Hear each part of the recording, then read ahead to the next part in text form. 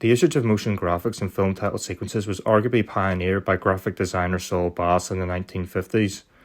As described by Sean Savage as the first true artist of feature title sequences, Bass could be said to have revolutionized the way title sequences are executed. Director Martin Scorsese's comment on Bass's work further supports this claim. His titles are not simply unimaginative identification tags, rather integral to the film as a whole.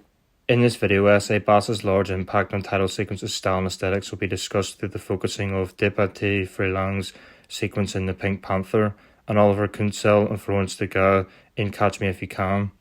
A key element of Bass's work, according to Pamela Haskin, is that its images undergo a journey whereby they are transformed into the unexpected.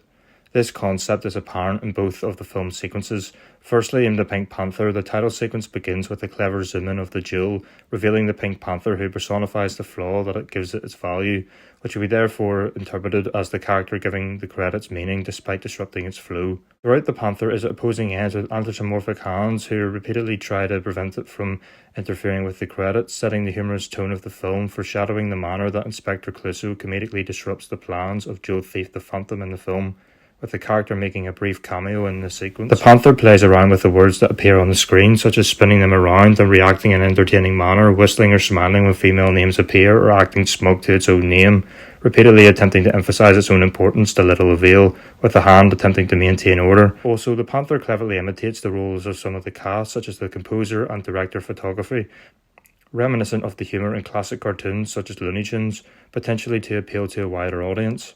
Overall, the comical antics of the sequence could be said to be most clearly paying homage to Saul Bass's It's a Mad, Mad, Mad, Mad World, where animated images of hands and people also revolve the credits.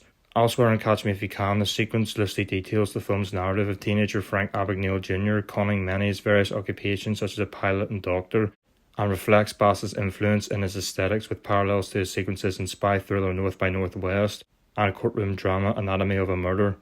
Both of these genres have key themes reflected in Catch Me If You Can's narrative, with the sequence incorporating these elements. Supporting this claim, Cleo Perkins commented, "The Catch Me If You Can titles utilises hand-stamped shapes and composites them into a moving illustration, alluding to the many disguises donned by the main character, almost reminiscent of an international spy switching disguises. Furthermore, the text often moves in accordance to the images and foreshadows the events of the film, such as the me flying with the plane, reflecting how Frank leaves the state before the FBI can reach him, and the credits moving down as the elevator goes up. This is in conjunction with the stick figure representing Abagnale's swift movements, hinting at the fast pace of the film and how the character, as quick as he sets up one persona, leaves it behind for another to avoid getting caught. In conclusion, both films effectively pay tribute to Saul Bass's work and thus make for interesting sequences that establish each film's premise and narrative to allow an audience to know what type of film they will experience."